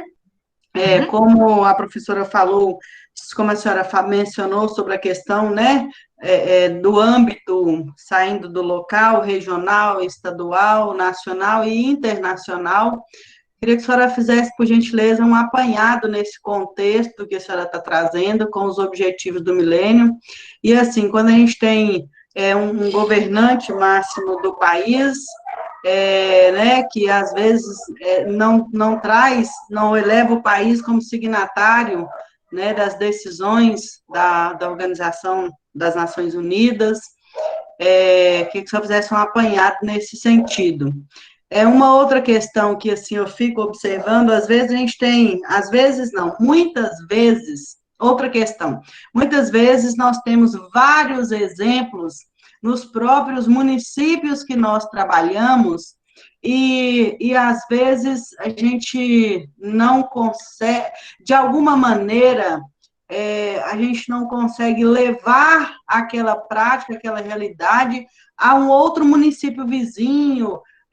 Eu te dar apenas um exemplo, a moeda própria de Bonfinópolis de Minas, por exemplo, eu vejo como uma iniciativa inovadora aí de nosso prefeito Donizete, e dessa forma, essa moeda em um ou outro mais municípios, com aquele prêmio prefeito empreendedor, né, que o Sebrae pratica aí, e a gente vê tantas ideias positivas. A exemplo de um município limítrofe de Montes Claros, em que o município dele vivia à margem de Montes Claros, porque quando as pessoas iam fazer compra, por que ele fazia aqui naquele município dele do lado, se ele podia ir a Montes Claros e ter preços competitivos e etc e tal.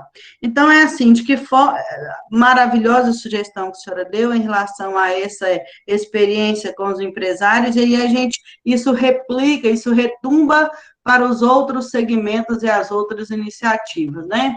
Então, assim, é só fazer uma reflexão mesmo e trazer de que forma que a gente pode potencializar o que a gente já tem no território, né? De exemplos muito positivos, esse é um deles, mas tem vários outros, e esse apanhado frente aos ODS. Um pouco disso. Tem muita coisa, mas está ótimo. Não, com certeza. Nós estamos também já finalizando.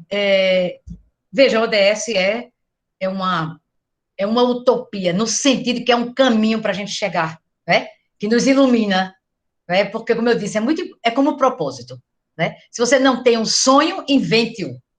Isso aqui fica uma mensagem para vocês. Quem não tiver um sonho, invente-o, porque a vida fica melhor, fica mais bonita, né? Fica mais energética, né? A gente tem mais tesão quando se acorda de manhã para fazer as coisas, porque tem um propósito, porque tem um sonho. Eu vou fazer isso, eu vou lutar por isso, né?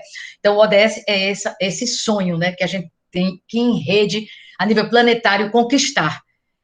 Só para a gente não desanimar, Ivonete, eu queria dizer uma coisa muito importante para você, viu?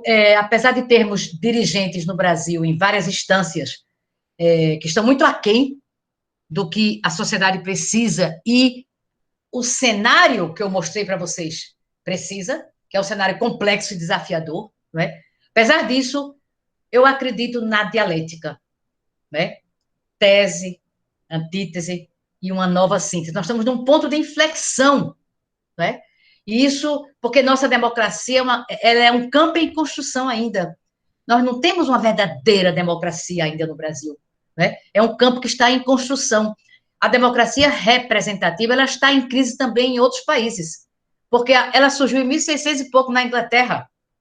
Ela não responde mais a esses novos paradigmas, a esse contexto disruptivo. É preciso também, dentro das reinvenções, Ivonete, reinventar a democracia, porque essa que está aí, ela está capenga, né? Ela não representa mais as necessidades da cidadania do mundo do século XXI. Né? Então, nós estamos num ponto de inflexão com algumas lideranças no Brasil e também nos estados, um ponto de inflexão, eu considero dialeticamente como se ele estivesse dando um passo para trás, mas se você acredita na dialética, o próximo passo não vai ficar no mesmo lugar, vai para frente. A gente fica achando que está indo para trás. Não, a dialética continua, a dinâmica social continua. A dinâmica social não é só um dirigente, ou um prefeito, ou um presidente, ou um governador, ou um deputado. A dinâmica social, ela é mais ampla, tá? De que um dirigente político de plantão. Então, acreditamos que o desenvolvimento é uma emergência sistêmica. Tem um amigo meu da PUC do Chile, ele se aposentou, chama Sérgio Boisier, ele tem várias publicações sobre território, e ele diz isso, o desenvolvimento não é uma coisa que vem por etapas. Você primeiro faz isso, depois isso, depois isso, depois isso. Aí um dia chegou no desenvolvimento. Não. Tem coisas que você pensa que não estão acontecendo, mas a sociedade está muito viva. Eu ando muito, Ivonete, pelo Brasil. Andava muito, né, antes da pandemia. Agora eu ando remotamente, né? Mas assim, eu fazia muitas ações no Sul, no Centro-Oeste, no Nordeste. Eu moro em Recife, tá? Então, só para dizer a vocês que tem muita coisa acontecendo no mundo dos empreendedores, no mundo das organizações sociais, nos territórios locais, muita coisa está acontecendo, muita inovação está acontecendo, muitos projetos estão acontecendo e que a gente não sabe, entendeu? Então, essas coisas estão acontecendo e elas fazem a sociedade estar em ebulição. E é isso que faz a dinâmica dialética, que quando você pensa que está indo para trás, não está. Dialeticamente, o próximo passo, Altegno, vai ser bem mais na frente. Porque existem outras dinâmicas que estão acontecendo na sociedade. Né? Se a gente não acreditar nisso, a gente fica deprimido. Tá? Mas não é uma questão de crença, é uma questão de análise social. Né?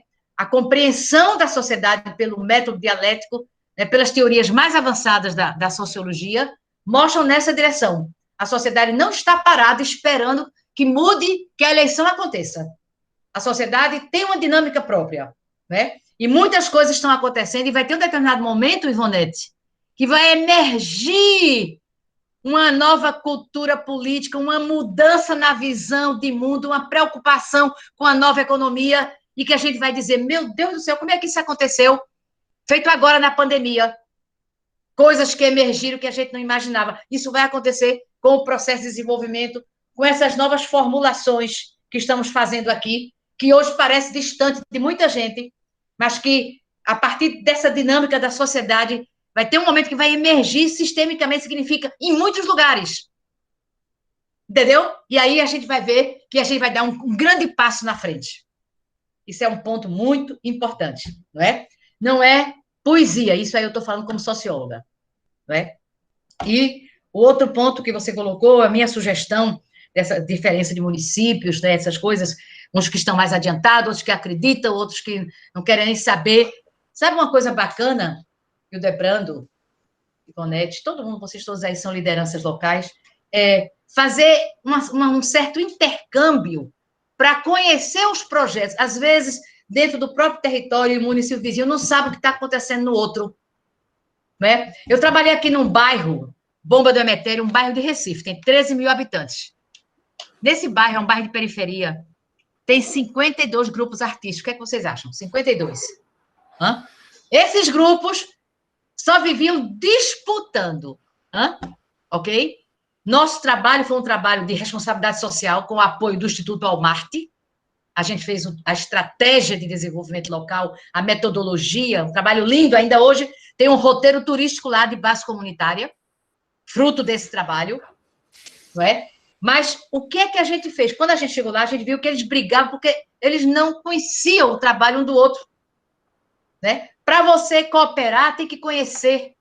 Então, a gente fomentou um grande projeto entre eles durante 2 meses que eles iam conhecer. O maracatu do Pai Adão não conhecia o maracatu Estrela Brilhante. Então, eles brigavam na avenida do desfile e traziam a briga para o território, para o bairro. Não é? Não precisava. Eles têm que cooperar no território para brilhar na avenida. A avenida que estou falando é o centro de Recife, Recife Antigo, do Carnaval. Não é?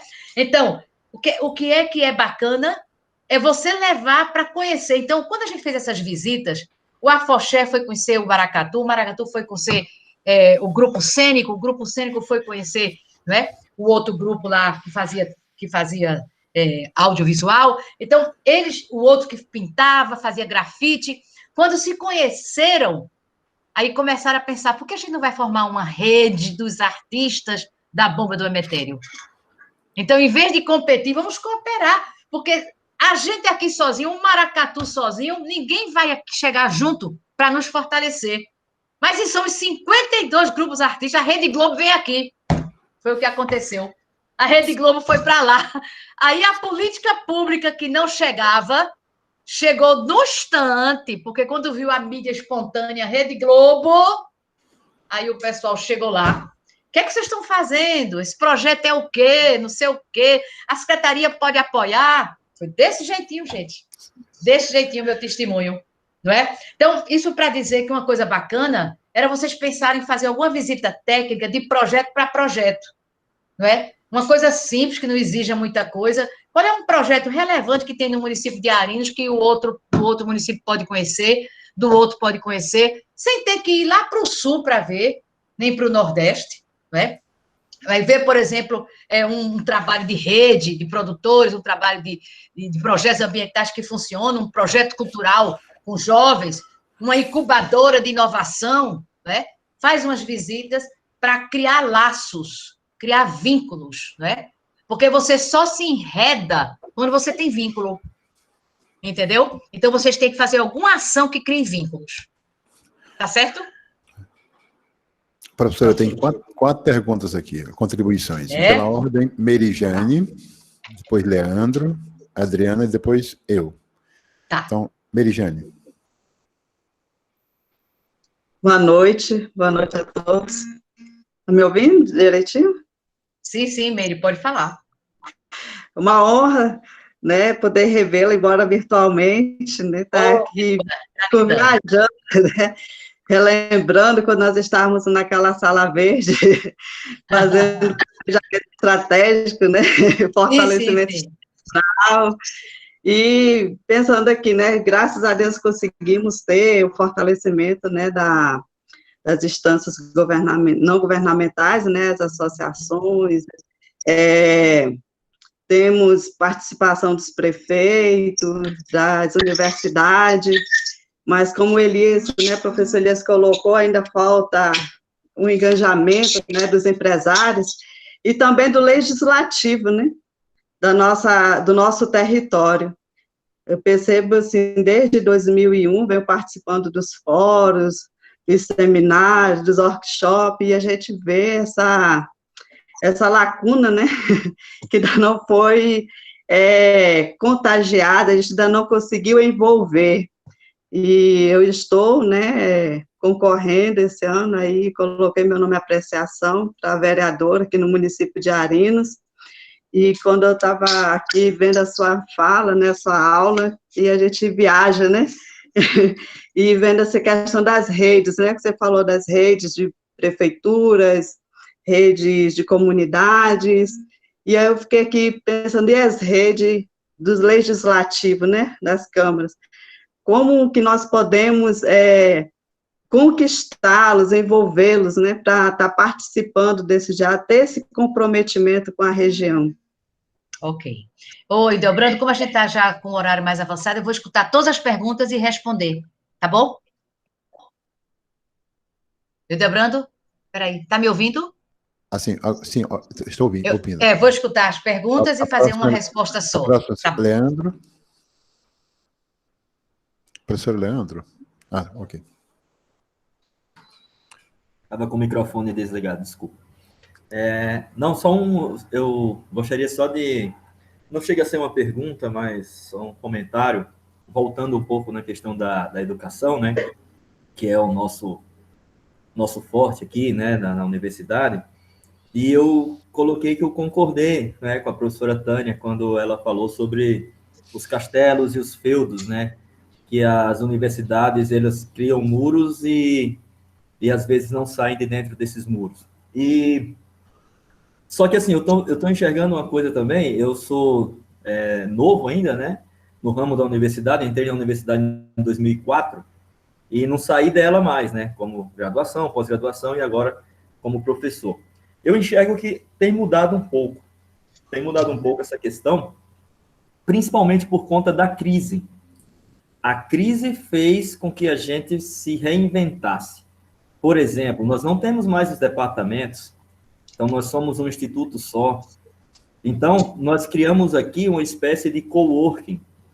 Todo mundo unido, né? De forma que a gente sempre queira crescer. Nós temos aqui, eu estou falando aqui, mas uma coisa que é uma coisa particular. Muitos técnicos do laboratório com nível de doutor. E o que acontecia? Acontecia uma certa rejeição, né, do técnico com o professor, porque ele tinha que escutar o professor, mas ele era doutor igual o professor. Eu falei assim, gente, vamos sentar aqui, todo mundo junto. Vamos trabalhar como coworking. O que você quer fazer, o que o outro quer fazer, dialogando, né, e aí conseguindo crescer e conseguindo, né, seguir. Claro que isso foi por conta de uma série de acontecimentos, da crise, da falta de técnicos, da falta de professores, que nós tivemos que criar. Mas são iniciativas, assim, que eu vejo... Por que não isso no ramo político? Né? Pensando no ramo político, não seria uma possibilidade? A Aminor, né, os prefeitos trabalhando em conjunto, um ouvindo o outro, qualquer demanda... Às vezes, a demanda de um pode ser suprida pelo que o outro já está fazendo no outro município. Então, assim, só uma colocação para a gente refletir, né, sobre isso. Obrigado e parabéns, professora Tânia, não conhecia. Foi emocionante mesmo tudo que a senhora falou hoje. Obrigado. Adriana? Então, na verdade, também não é uma pergunta, né, mas, assim, uma fala mesmo. Eu queria... dizer assim da minha gratidão enorme por participar e assistir a sua palestra. Você e o seu trabalho são uma inspiração muito grande para nós mesmos, né? A sua vitalidade, a sua atualidade, a sua juventude aí em todas as suas falas, né? Na sua apresentação, isso anima bastante a gente. E a gente fica ainda mais motivado porque percebe que as ações que a agência vem pensando, né, juntamente com os parceiros, estão muito alinhadas aí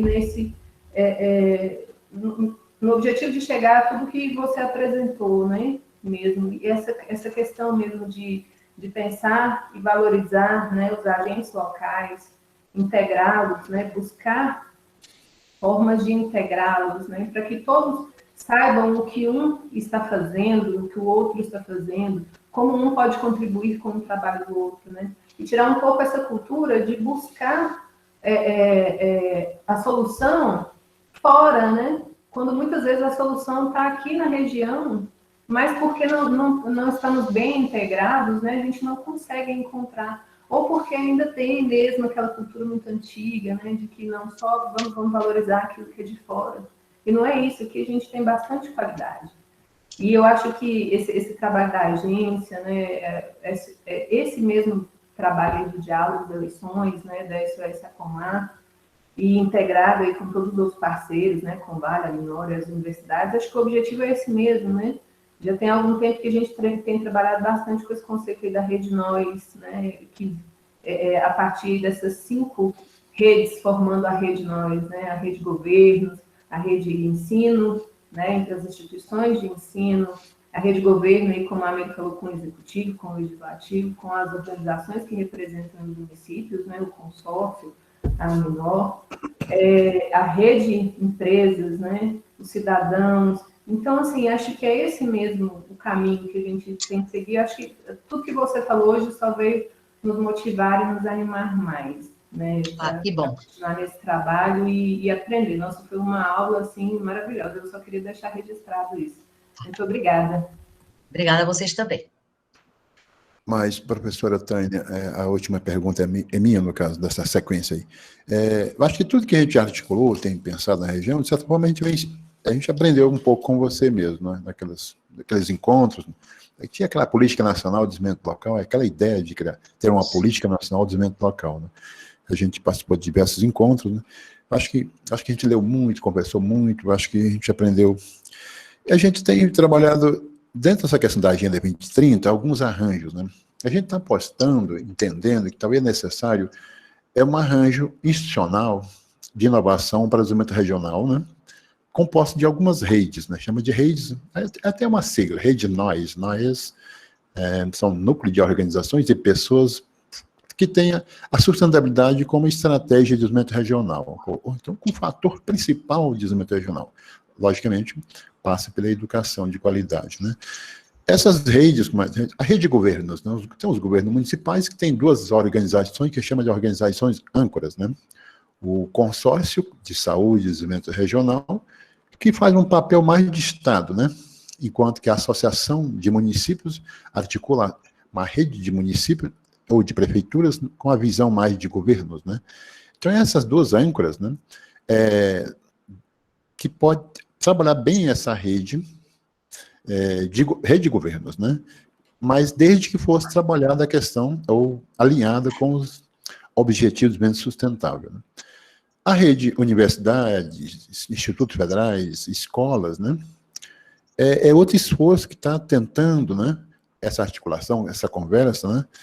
Para que essa integração da rede universidade, escolas, né?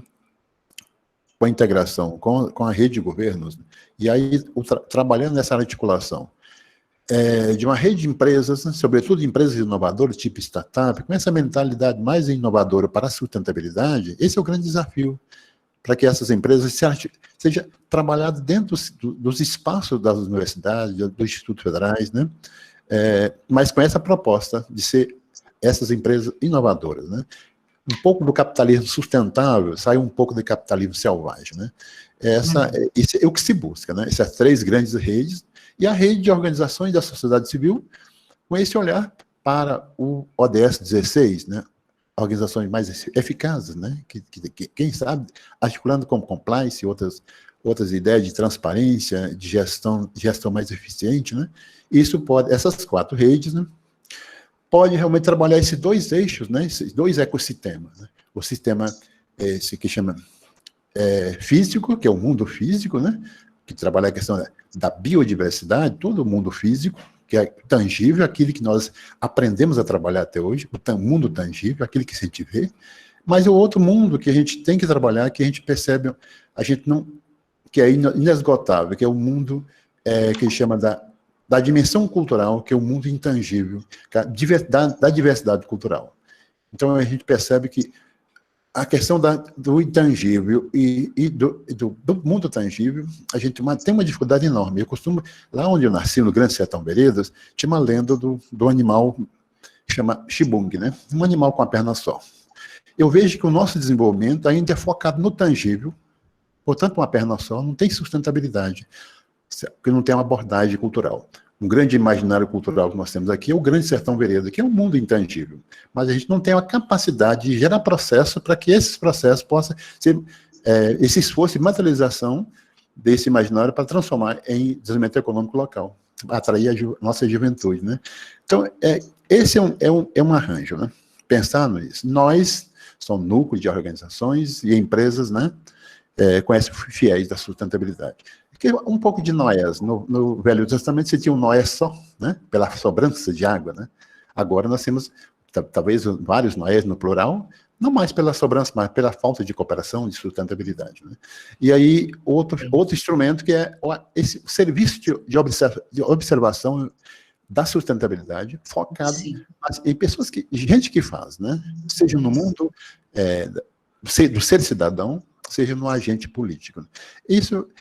São esses dois instrumentos que eu queria deixar como legado da minha passagem pela Terra, né? E eu estou tentando discutir isso, esse radar.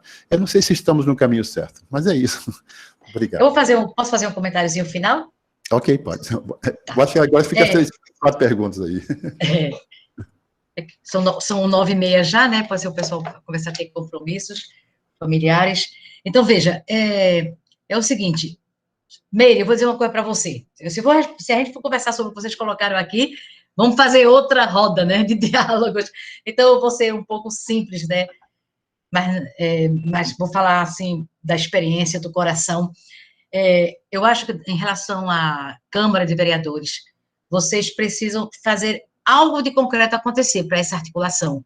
Você tem que se juntar com mais 3 ou 4, né, vereadores ou vereadoras eleitos, e buscar na região alguma Câmara que tenha também não sei se fazer alguma coisa de mulheres, por exemplo, né, de gênero, só para dar um exemplo, e fazer um projetozinho plausível que aconteça, que seja integrado, que seja articulado, tá? Começa a fazer com um município só, né? E não precisa de ser todos os vereadores, faz algo acontecer diferente desse funcionamento convencional das câmaras.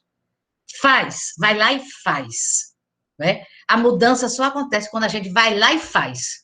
Não só fica pensando, não só fica imaginando, não só fica lendo, não só fica constatando. Sabe, Meire? Procura diagnosticar um pouco no Google se tem alguma experiência similar no Brasil. Coloca lá, intercâmbio e redes entre câmaras de vereadores no Brasil. Lê um pouco se tem alguma experiência que possa ser uma referência. Só referência, não para a gente copiar nunca, porque cada realidade é uma realidade. E você, sozinha, não vai dar conta disso. Tem que se juntar com outras pessoas, né, que tenham esses valores, essa visão, e num ambiente de cocriação, né, empático, né, se colocar no lugar das demais pessoas. Que coisa a gente pode fazer que responde, como vereadora, à demanda da nova política, que a gente não está fazendo. Vamos nos colocar no lugar do eleitor. Aí, fazendo isso, vocês vão ter ideia. Não precisa ser um projeto grandioso, uma coisa simples, uma ação, um projetinho. Projeto é toda ação que você faz, tem começo, meio e fim, tem um objetivo. Né? Então, faz acontecer. Mesmo que não seja perfeito, mas que olhe para frente, que avance. Aí, a partir disso, vocês vão tendo novas ideias. Porque uma coisa que faz um grupo se fortalecer, uma equipe, um time, são propósitos, né? Realizações, fazer acontecer e deixar legado. Se você só tem propósito, mas não faz nada, você vira um sonhador. Se você só faz, mas não tem propósito, você pode fazer coisas que não tem noção, que não tem ética. Né? Então, alinhar essas 3 coisas, um propósito, o que é que eu quero, que valores eu defendo, que vou fazer projetos que vou experimentar, mesmo que não seja perfeito, mas vou fazer alguma coisa que muda, que faz acontecer, uma coisa simples, parece simples, mas não é. O grande desafio hoje é fazer as coisas simples, porque todo mundo quer fazer uma coisa do outro mundo. Faça as coisas simples que as pessoas não fazem no dia a dia, né? E deixar um legado. O legado é uma semente, não precisa ser, né, um prédio de 21 andares, uma semente humana, que é essa que prolifera. E aí, Debrando, sobre a sua colocação, Muito boa essa ideia, evidentemente, das redes, Rede Nós. Essa dificuldade, eu quero comentar sobre essa questão do intangível, né? Eu acho que para ter esse imaginário, essa história de Guimarães Rosa riquíssima que vocês têm, é uma coisa incrível o potencial de trabalhar a noética, né? Que vem do grego, o espiritual, o imaginário, né? A noética. A gente está nessa época noética, a nosfera, né? A esfera do espírito. Eu acho que vocês precisam desenvolver um projeto de turismo criativo. Tá? Fica esse desafio, tá? Desenvolver, procura ver onde está havendo, Recife está tendo bons projetos de turismo criativo, com as comunidades envolvidas, inclusive, né? Eu citei esse exemplo da Bomba do Emetério, mas tem outros exemplos, tá? Se você faz um projeto de turismo criativo na realidade de vocês, né? Co-criando com os artistas e com a riqueza do imaginário e do que já tem aí construído, vocês podem começar a criar um pequeno roteiro de base comunitária, não é? Que leve os artistas a serem inovadores, criarem produtos, criarem serviços que fomente, instigue a emoção das pessoas para visitar. Hoje o turismo caminha para um caminho que a gente chama emoturismo, turismo de emoção. Não é o enoturismo, não. O enoturismo é bom também, né? O do vinho, né? Mas é emoturismo, né? O turismo hoje tem muitos lugares bacanas para você visitar. Onde é que o cenário internacional aponta que o turista volta? Onde ele viveu emoções diferenciadas.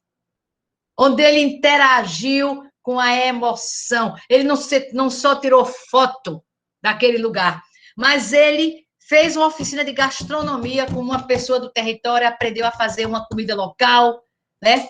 Depois ele foi dançar maracatu, né? Vestiu uma roupa de rainha africana, dançou maracatu, tocou alfaia, tirou a foto com a alfaia, aprendeu a dançar maracatu, não vai esquecer nunca. Nunca. Diferente de ele tirar a foto. Outra coisa é ele viver a experiência. Né? Esse é o turismo criativo. Eu acho que com todo esse imaginário e essas riqueza que vocês têm, em Minas todas, mas estou falando agora do Noroeste, né? Criar, juntar os criativos, que não é só os artistas são criativos com mais exacerbação, mas criativos são todas as pessoas que desenvolvem suas habilidades criativas, né? E pensar um projeto na área de turismo cultural. Aí você pode fazer alguma coisa, porque minha experiência mostra que, para ter mudança, tem que fazer acontecer. Não pode ser só pensar. Tem que fazer, e tem que experimentar, tem que fazer um protótipo. Não precisa ter um projeto todo prontinho com não sei quantos R$1.000, porque aí você não faz porque não tem dinheiro, não conseguiu orçamento, aí não faz, bota na gaveta. Não, a gente faz um projeto pequeno, a gente faz um protótipo, que é uma coisa que você pode implantar, mesmo sem ser o ideal. Implanta e vai aprender com a experiência. É melhor o mal feito do que o não feito. Então, é melhor eu fazer um projeto co-criado com os artistas, com a comunidade, que não saiu aquele projeto tudo certinho, mas eu fiz. E ao fazer que eu provoco mudança e que eu arregimento as pessoas, especialmente os jovens, né? Palavras o vento leva, e o povo hoje em dia está cansado de palavra. Tem que fazer acontecer. Né? Então, minha sugestão para vocês, experimentem. Quando vocês tiverem uma ideia, não tenham medo. Experimentem. Façam um protótipo minimamente viável, sem ser perfeito. Experimente. E na ação, vocês vão melhorando, vão aperfeiçoando. Entendeu, Altegro? Irene, Ivonete, todos vocês, meus queridos e queridas, façam. Minimamente, você tem minimamente os valores que você defende, minimamente um propósito onde você quer chegar. Então, experimente, não tenha medo. Né? A criatividade humana é para isso. Quem não experimenta, quem só faz o que já sabe, são as pessoas conservadoras. Se eu só faço o que eu já sei, eu sou um conservador, porque eu não erro. Né? Mas para você inovar, tem que admitir que você precisa fracassar algumas vezes e errar. Só inova quem não tem medo do erro. Ou vocês acham que Thomas Edison, quantos erros praticou para descobrir a lâmpada elétrica? Mais de 1000 erros. A gente só se lembra da lâmpada elétrica, não é? Então, não tenhamos medo disso, gente. Vamos fazer acontecer, fazer pequenos experimentos, e com a experimentação a gente aprende mais do que escrever num projeto de 500 páginas. Não é? Isso aí é a abordagem do Design Thinking, que eu também dou uma dica para vocês se capacitarem um pouco nessa abordagem, que é uma abordagem nova de trabalhar com projetos, não é tão nova assim, mas no Brasil, sim, não é? E que ajuda muito a gente a fazer inovação social com projetos de cocriação. Tá bom? Muitíssimo obrigada pelo carinho, pelo feedback, né? Isso alimenta a minha vontade de não me aposentar nunca, porque eu terei outras missões a cumprir, não é? Um abraço afetuoso em cada um e cada uma.